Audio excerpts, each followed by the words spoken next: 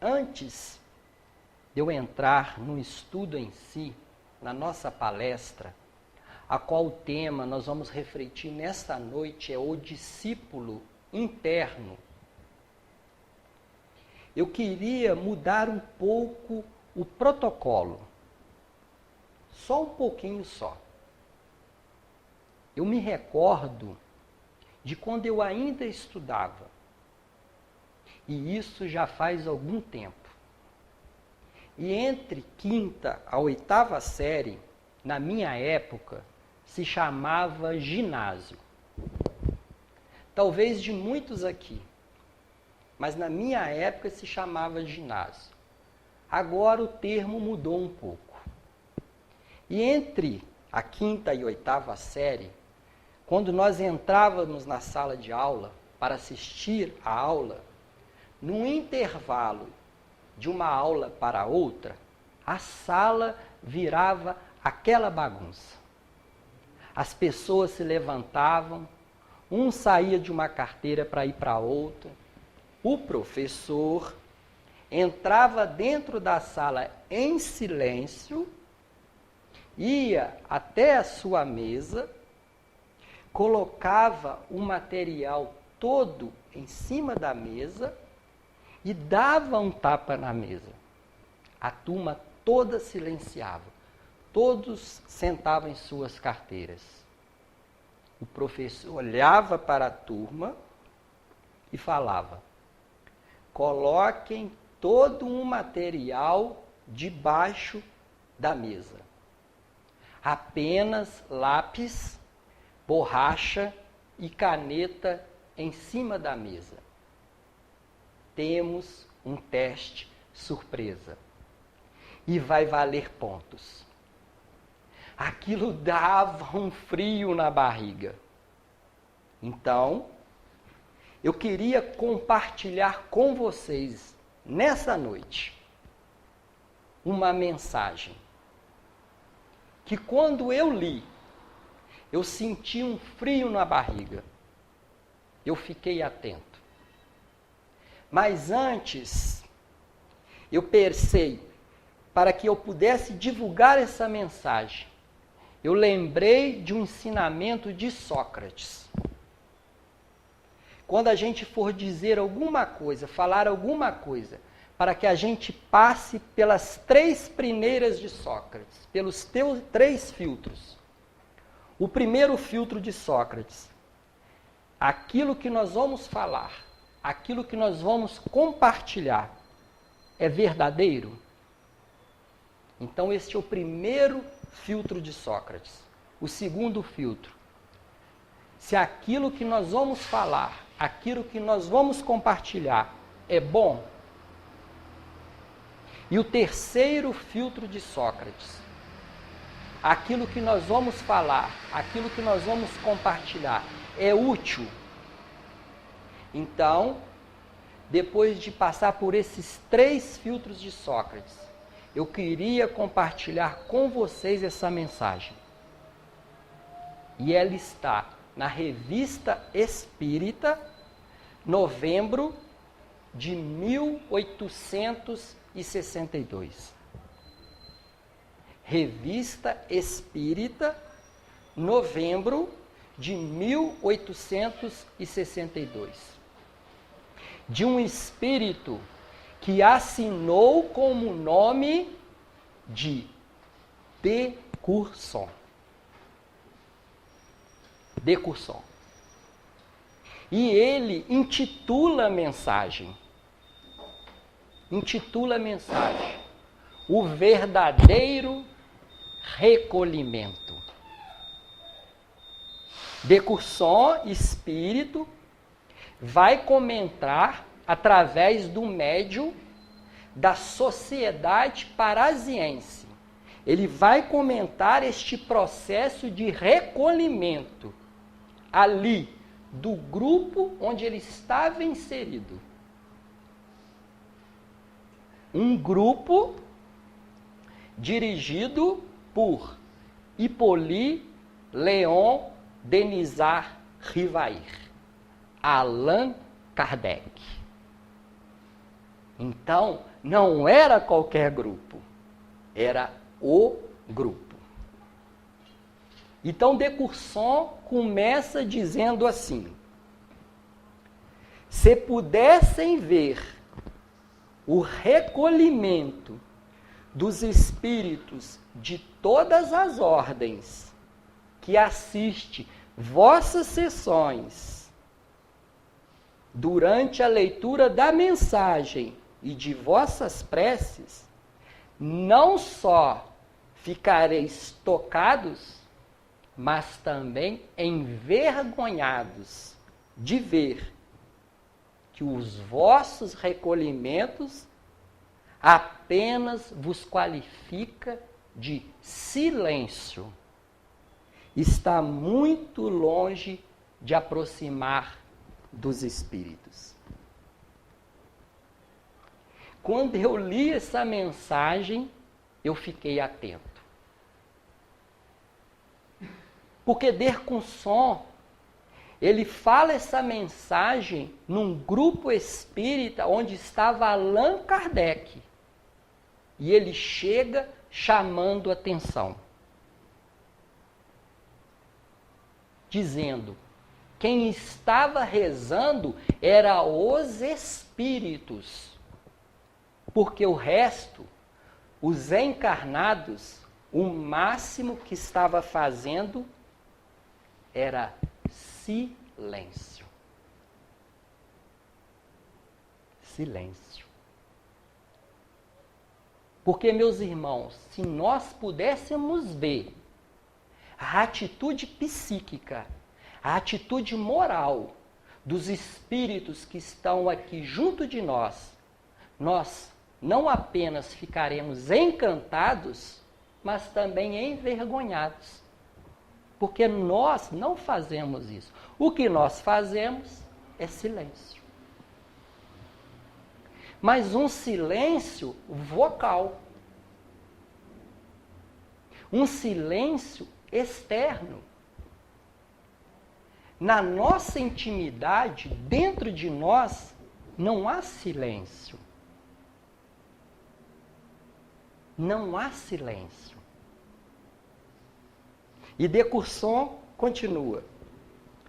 Vossa matéria observa o silêncio. Certamente, dizer isso seria vos injuriar. Mas os vossos espíritos tagarela não observa e perturba neste instante com os vossos pensamentos diversos os espíritos que vos rodeiam. Então, enquanto a nossa boca está fechada, os nossos pensamentos estão blá, blá, blá, blá, blá. Não há silêncio aqui. E é isso que Decurson está falando. Eu me recordo de uma pesquisa que está lá no YouTube. Um grupo de pesquisadores se juntaram. Essa pesquisa foi feita na Universidade de Harvard, nos Estados Unidos. Um grupo de pesquisadores se juntaram. Neurocientista, psiquiatra, psicólogo. Eles estudaram o pensamento humano. E eles descobriram que o ser humano tem milhares de pensamentos por dia. Milhares de pensamentos diários. 90% desses pensamentos são pensamentos repetitivos. 5% é um pensamento que começa a ter uma construção. E outros 5% são pensamentos que têm um direcionamento. Mas a grande maioria dos nossos pensamentos são pensamentos repetitivos, que não servem para nada. E é isso que Decurson está nos dizendo. Apesar de estarmos aqui dentro desta casa, muitas das vezes fixando a nossa mente ou os nossos olhos, muitas das vezes os nossos pensamentos, eles correm daqui. vão lá para fora, vão por algum problema, pensando no que vai acontecer. Não tem controle, a gente não consegue administrar. Eu me recordo aqui também da Black Friday. Eu não sei se você já viu falar da Black Friday. Acontece uma vez por ano. É mais perto do Natal. Eu não sei se vocês já repararam, a Black Friday das Casas Bahia. No dia da Black Friday, fica aquela multidão de gente esperando que a loja abre. Os funcionários ficam do lado de dentro, às vezes até segurando a porta, porque eles têm vontade até de invadir. É mais ou menos isso os nossos pensamentos. Quando nós estamos dormindo, é como se a nossa mente fosse as Casas Bahia fechada. Quando a gente acorda, volta para o corpo, é como se abrisse as portas da Casa Bahia no dia de Black Friday. Aquela multidão de pensamento volta tudo de novo. É como se abrisse as Casas Bahia, aquela multidão de gente entrando, correndo, não tem controle, não tem direcionamento, não tem equilíbrio. E é isso que acontece na nossa mente. Então aquilo que já aconteceu muitas vezes lá atrás, volta tudo de novo. E aquilo que nem aconteceu, a gente também está pensando. Então, qual é o primeiro movimento para que a gente possa mudar, para que a gente possa melhorar? É ter consciência disso. É o primeiro movimento, é ter consciência dos nossos pensamentos. Quando a gente começa a ter consciência, a gente começa a se organizar por dentro. Se organizar por dentro. E claro, a gente tem várias terapias que nos ajudam. Nós temos a meditação. A Joana de Anjos vai falar das visualizações terapêuticas da natureza, do mar, das montanhas. Por quê? Porque nós fixamos os nossos pensamentos. A gente fixa a nossa mente. Então a gente começa a ter controle disso. Então esse é o primeiro movimento. É ter consciência dos nossos pensamentos. Porque se a gente não começar a ter consciência e não começar a se esforçar o controle, o que vai gerar? Ansiedade. A gente não consegue controlar, gera ansiedade. Então, o primeiro movimento é ter consciência. Meus irmãos, missão dada é missão cumprida. E quando eu preparei esse estudo, foi me dada essa missão de eu trazido essa mensagem para vocês, que aqui se encontram, irmãos encarnados, irmãos desencarnados. Então agora a gente vai entrar no nosso estudo, na nossa palestra em si. É interessante que quando eu comecei a montar essa palestra, a montar esse estudo, foi através de uma pergunta. Uma pergunta. E essa pergunta, ela está lá no Novo Testamento. O Novo Testamento é o meu livro de cabeceira. Ele fica do lado da minha cama. Todo dia antes de eu dormir, eu pego o livro, o Novo Testamento, ele é até um pouco grande, abro ele e leio uma página. Às vezes eu não entendo nada, mas eu leio assim mesmo. Às vezes eu entendo alguma coisa. E essa pergunta está lá. Ela está lá no Evangelho de João, capítulo 13, versículo 35. É uma pergunta que foi feita para Jesus. Para Jesus. Lá não diz quem fez. Se foi os apóstolos, se foi algum discípulo mais distante de Jesus. Mas a pergunta é: como seria para reconhecer que nós poderíamos ser chamados de discípulos de Jesus? Então, essa é a pergunta que nós vamos desenvolver o nosso estudo nessa noite. E eu queria até complementar. Como que nós poderíamos ser chamados dentro da nossa casa, dentro do nosso trabalho, dentro da casa espírita, dentro das relações uns para com os outros, de discípulos de Jesus? Porque há muitos corações que ainda associa essa relação de discípulo dentro de uma localidade. Muitos. Dentro de uma igreja, dentro de um templo, dentro da casa espírita. E Emmanuel, através da psicografia de Francisco Cândido Xavier, vem desmitificar isso na introdução do livro Caminho, Verdade e Vida. Emmanuel vai dizer: o Cristo não estabelece linhas divisórias entre o templo e a oficina. Toda a terra é o seu altar de oração e o seu campo de trabalho ao mesmo tempo. Toda a terra é o seu altar de oração e o seu campo de trabalho ao mesmo tempo.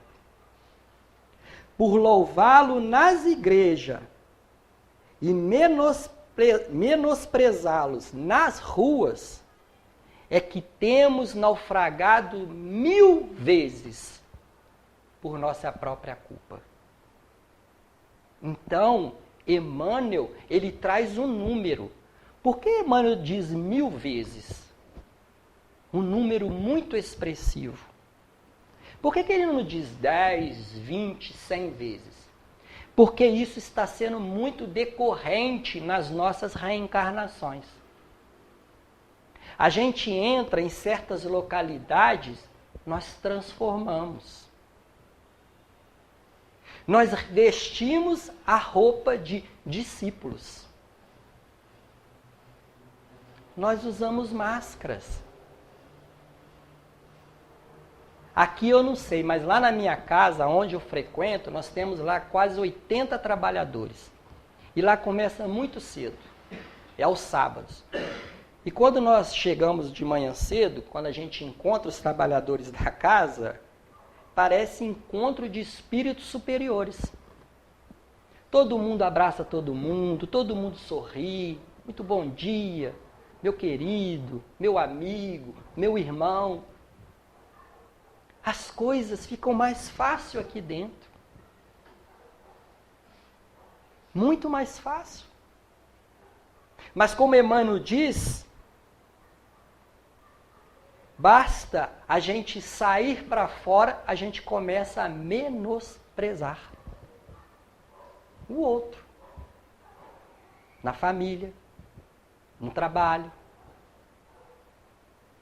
Basta a gente sair dessas localidades, basta muitas das vezes tirarmos uma roupa, a gente volta à nossa realidade. E a gente esquece de tudo o que a gente vivencia aqui. Sendo que todos os lugares é consagrado ao serviço do bem. E Emmanuel finaliza. Todos os lugares, portanto, podem ser consagrados ao serviço do bem. Então, como vão nos reconhecer agora em todos os lugares como discípulos de Jesus? Como? E Jesus responde. Lá no Evangelho de João, é a resposta dele. Pelo muito que se amarem. pelo muito que se amarem. Então não é um local, não é um vestimento, é o amor. Esta ação de se amarem, dirá Jesus, habilitarão uns com os outros como meus discípulos.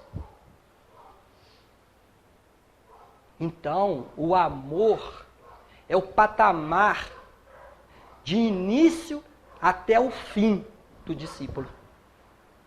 O amor. Claro, nós temos outras vertentes do amor. Nós temos a benevolência, nós temos a indulgência, nós temos o perdão quantas e quantas e quantas vezes necessária. Mas o norte do discípulo é o amor. E Jesus agora vai além em dizer, agora está lá em Mateus, capítulo 5, versículo 46. Se você ama as pessoas boas, que mérito tem nisso? Quero ver você amar as pessoas difíceis. Ou seja, quero ver você amar você com as suas dificuldades. E a gente tem que refletir sobre isso. Porque a parte que nos compete não está sendo feita. Deste amor próprio, dessa fidelidade com a consciência, não está sendo feita. Muitos corações estão terceirizando este amor.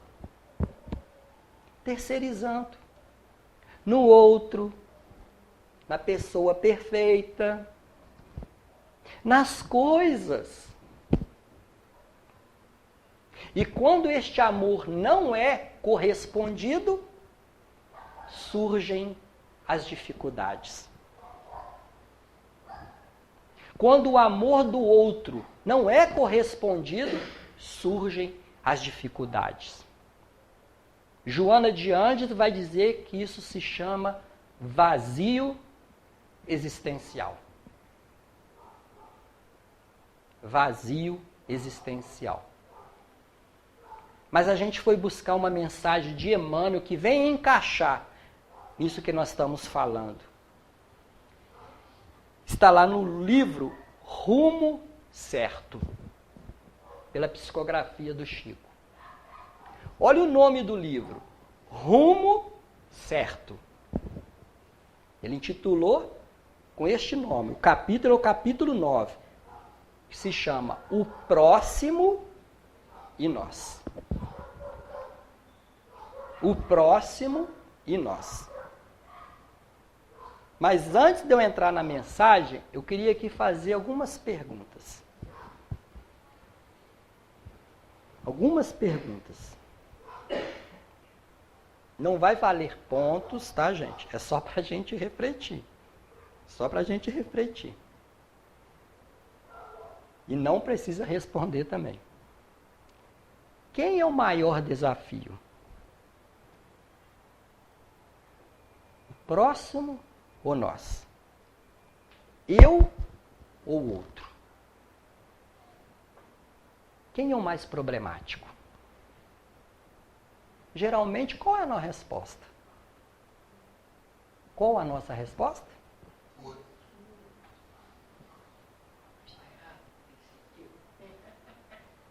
Tá vendo? Aquele emprego maravilhoso. O meu chefe era igual um pai. O salário era ótimo. Eu entrei lá. As pessoas me tratavam muito bem. Mas eu sou difícil de lidar. Eu não tenho paciência. Dificilmente alguém vai dizer isso. Geralmente as pessoas vão atribuir problemas e defeitos no outro. É por isso que Emmanuel começa dizendo assim: espera ansiosamente encontrar o Senhor. E um dia chegará a divina presença. Entretanto, antes de tudo, a vida te encaminhará à presença do próximo, porque o próximo é sempre o degrau da bendita aproximação. A gente pode até fugir, mas não tem como esconder. Não tem. Então, eu me recordo de uma parábola muito conhecida por todos nós, que é a parábola do bom samaritano.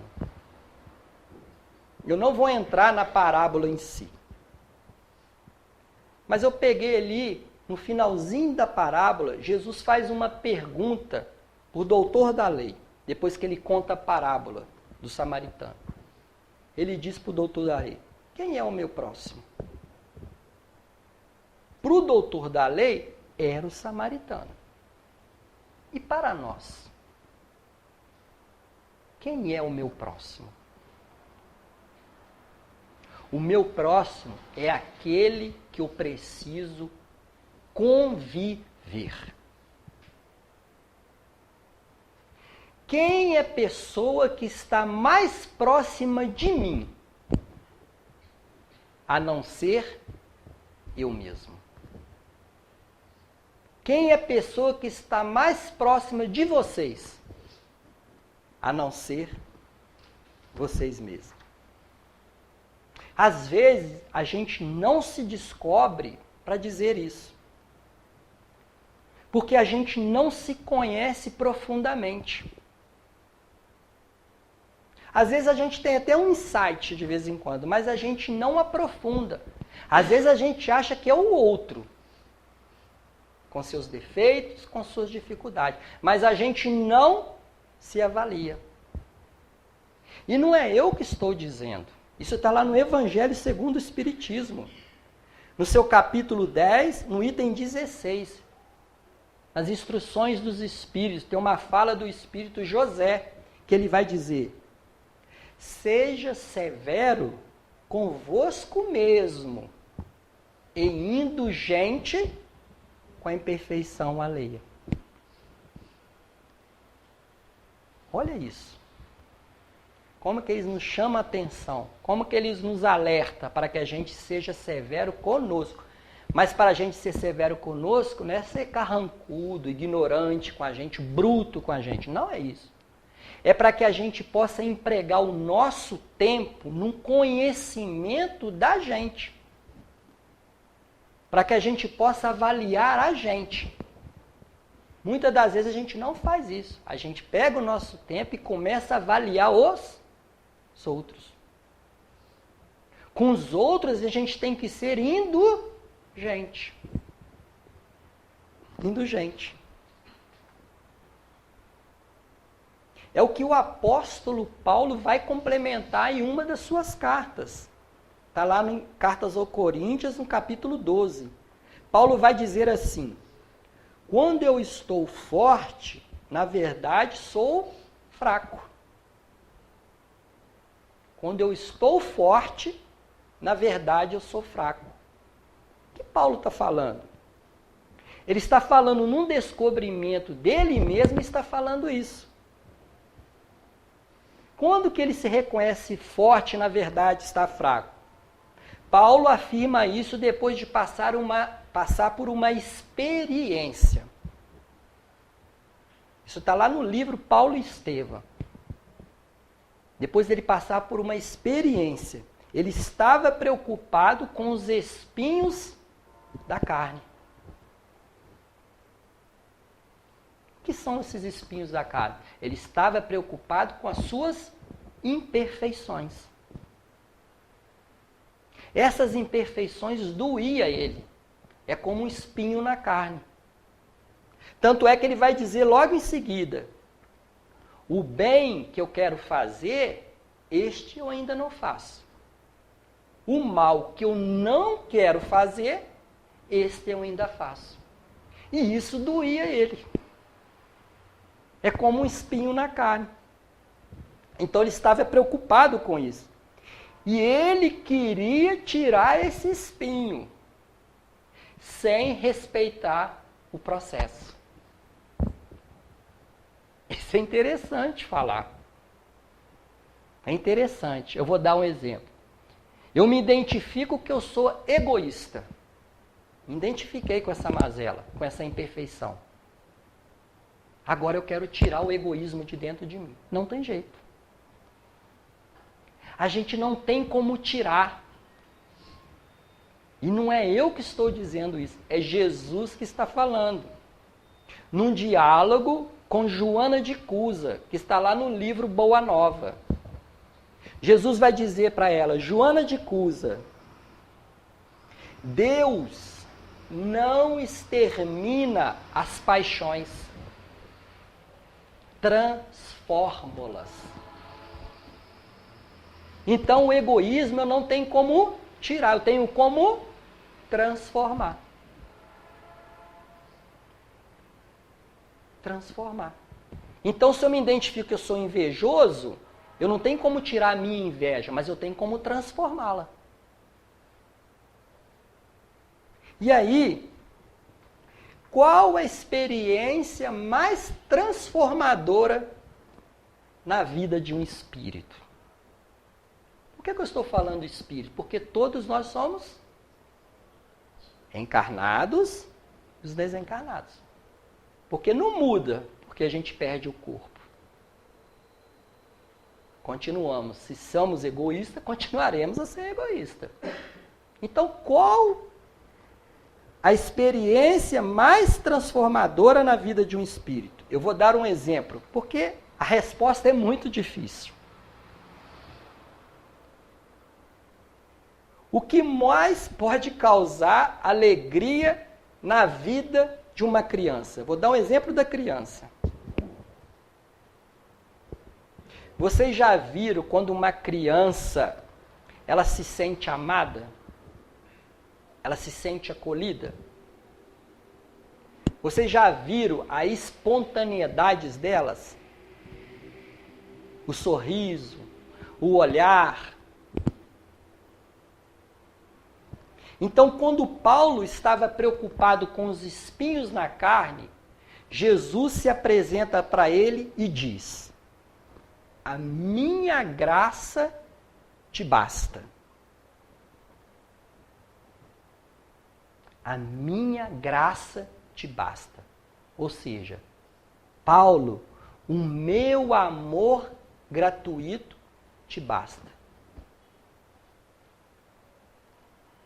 Não precisa se preocupar em ser imperfeito. Perceba, Paulo, o quanto eu te amo. E o amor que eu tenho para te dar é a justa medida daquilo que você precisa. Então, o que vai transformar as nossas imperfeições é o amor.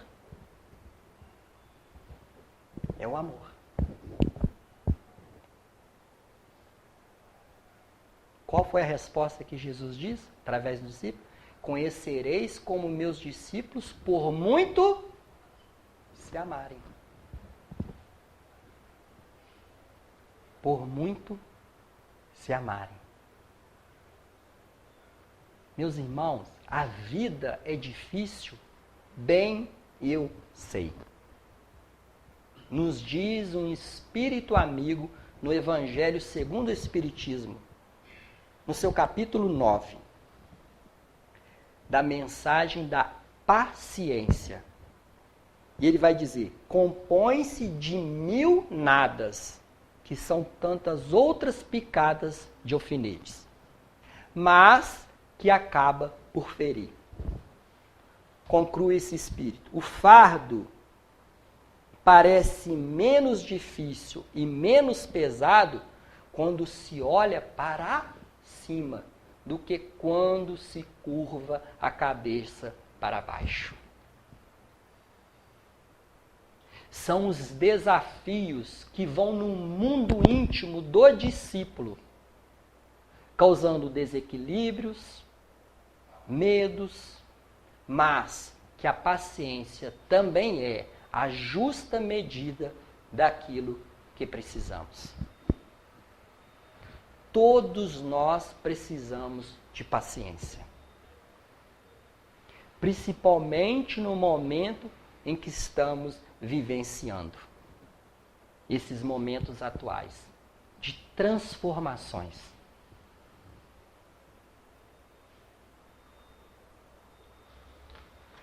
Tem uma frase de Emmanuel que eu gosto muito. Meu irmão até citou aqui hoje a nossa Sueli Kalber-Schubert, né, meu irmão? Que está no livro Testemunho de Chico Xavier, escrito por Sueli Kalber-Schubert. Esse livro foi escrito pela Sueli através de algumas cartas trocadas pelo presidente da Federação Espírita Brasileira na década de 40 e 50, o senhor Antônio Vantuil de Freitas. Ele trocava cartas com Chico Xavier. Os dois eram muito amigos. E ali a gente começa a perceber o Chico, esse discípulo, sendo construído por dentro com muitas dores. Porque nós temos muita referência de discípulos por fora. E eu posso aqui citar vários. Posso citar João, Pedro, Dr. Bezerra de Menezes. Nós podemos falar do grande professor Ipsos Barçanufo, Caibar Schubert, nosso querido Dom Pedro II, que é o patrono desta casa. Então, muitas referências de discípulos. Mas, como Pedro, que começou a ser construído por dentro, através da negação. Como Paulo, que começou a ser construído por dentro, através da estrada de Damasco. Somos todos nós discípulos que temos que ser construídos por dentro, através do amor. O amor renúncia, o amor perdão, o amor benevolência, o amor indulgência.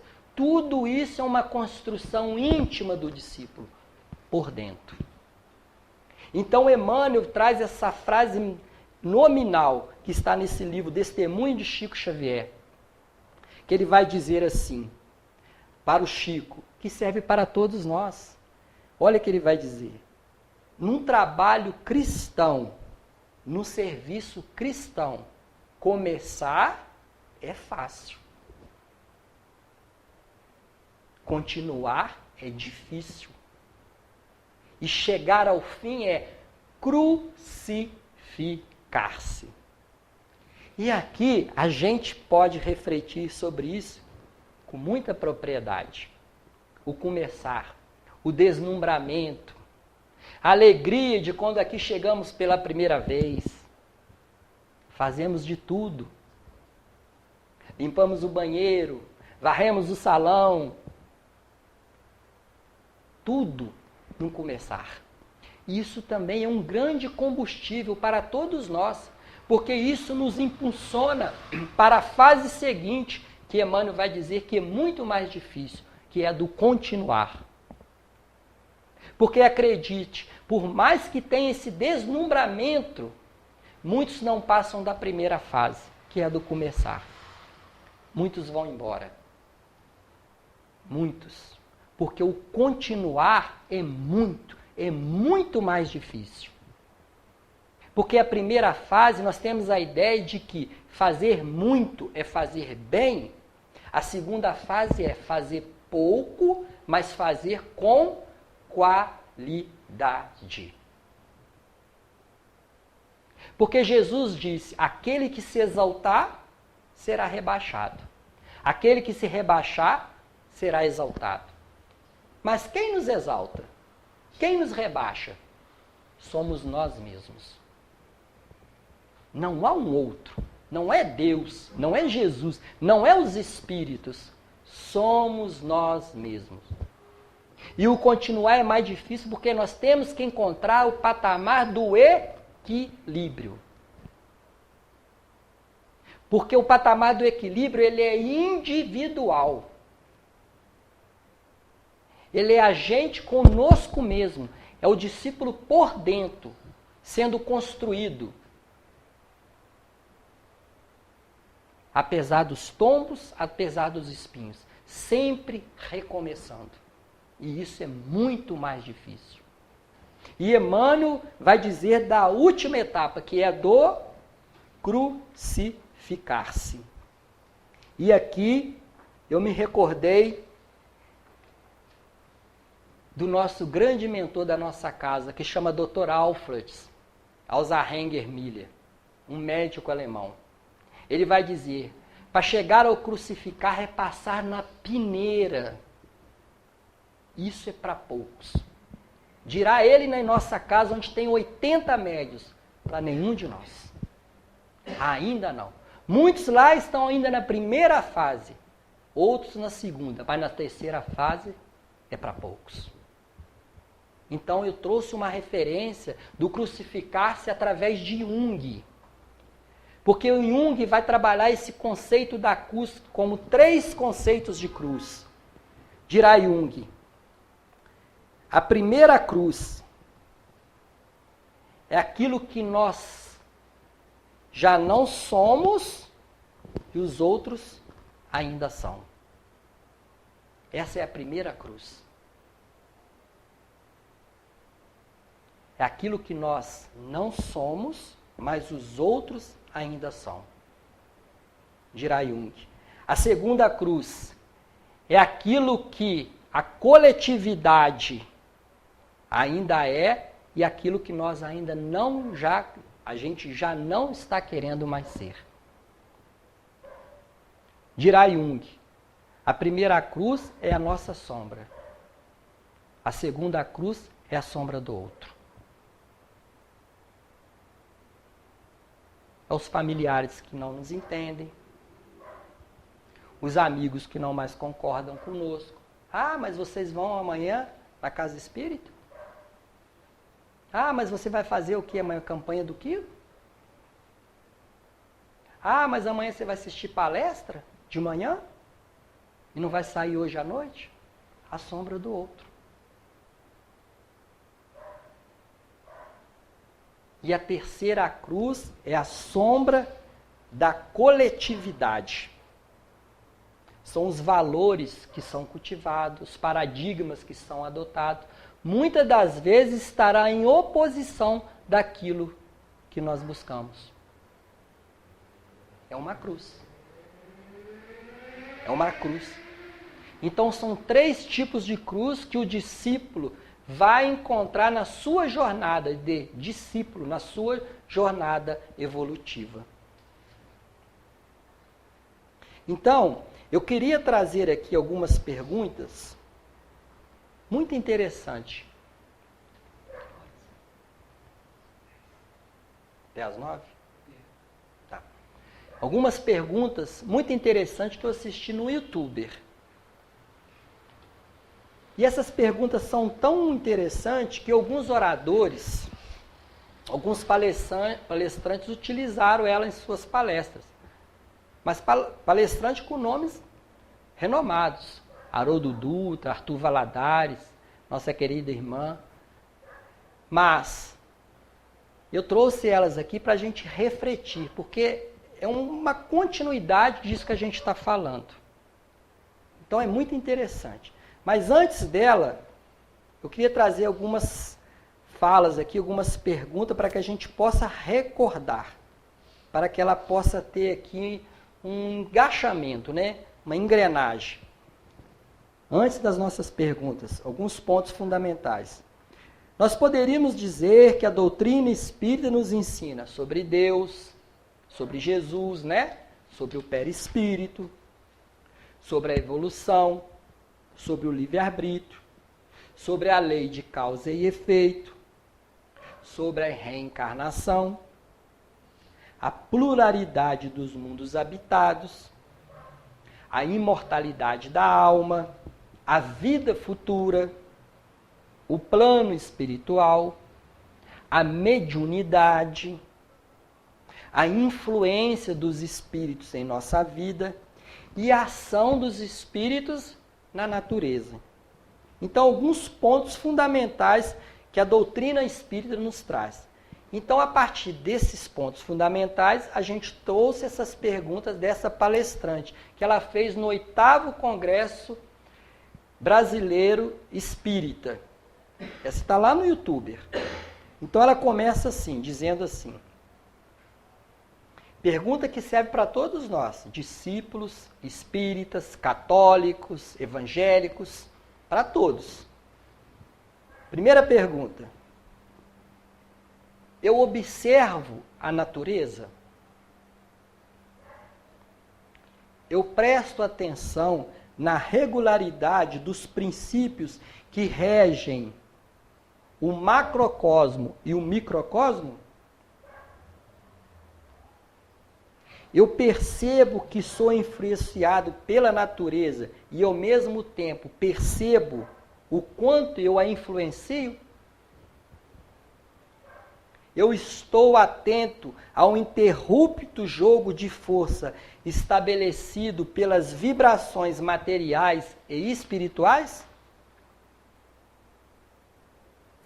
Eu tenho consciência que esse jogo também se mantém vivo nas minhas próprias dimensões, na minha dimensão física, na minha dimensão emocional, na minha dimensão mental e na minha dimensão espiritual?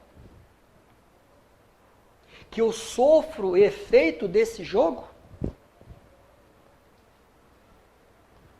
A minha rotina diária é estabelecida a partir da noção da lei de sintonia?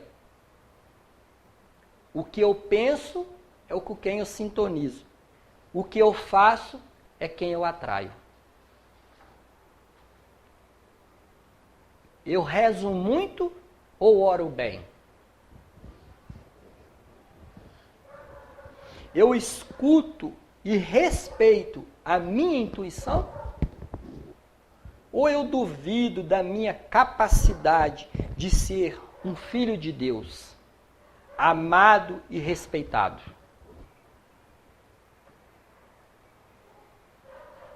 Eu me sinto um espírito imortal? Ou eu apenas teorizo essa informação? Eu vivo agora dentro das minhas altas capacidades de amar? Ou eu me ocupo apenas em conferir se eu sou amado? Se eu sou aceito por outras pessoas? Eu sou um ser moralizado ou moralista? Eu tenho predisposição ao autoconhecimento a fim de ativar a lei de Deus em minha consciência? Eu cuido da minha dimensão física? Como eu respiro? Como eu durmo? Como eu bebo água? Como eu me alimento? Como eu expresso o meu afeto? Eu cuido da minha dimensão emocional? Eu sou administrado pelos meus instintos? Ou sou eu que administra os instintos pelo poder da minha vontade? Como eclode as minhas emoções? Eu cultivo bons sentimentos, apesar das circunstâncias externas não favorecerem? Eu cuido da minha dimensão mental? Quais os pensamentos eu vibro? Eu procuro me desenvolver intelectualmente? Eu percebo a força da minha mente? Eu cuido da minha dimensão espiritual? Eu sei quais são os meus gostos, as minhas tendências e as minhas aptidões? Eu amo a Deus sobre todas as coisas e o próximo como a mim mesmo? Eu considero os processos evolutivos de uma maneira linear? Eu entendo que eles são holísticos, que eles estão integrados. O que eu faço aqui afeta lá. O que se faz lá afeta aqui. Eu amo a Jesus? Reconhecendo Ele como meu Salvador? O Salvador do meu espírito, de mim mesmo? Aquele que me liberta de mim mesmo, que sou o seu maior inimigo, sou eu mesmo? O cristianismo e a doutrina espírita me ajuda a refinar a minha experiência pessoal e intransferível de Deus? Eu me sinto amado e respeitado integralmente por Deus? Ou eu me mantenho afastado de Deus por medo, por culpa, por egoísmo? Eu desejo ser realmente um com o Pai? Mantendo disposto a pagar o alto preço de ser verdadeiramente discípulo, cristão, espírita? Então, meus irmãos, essas são perguntas. Mas, se vocês responderam não a todas essas perguntas, bem-vindo à doutrina espírita. Porque é aqui que vai começar o trabalho do discípulo para o discipulado. Eu agradeço imensamente pela paciência, pelo carinho, pelo amparo de todos aqui presentes. Que Jesus abençoe a todos. Muito obrigado.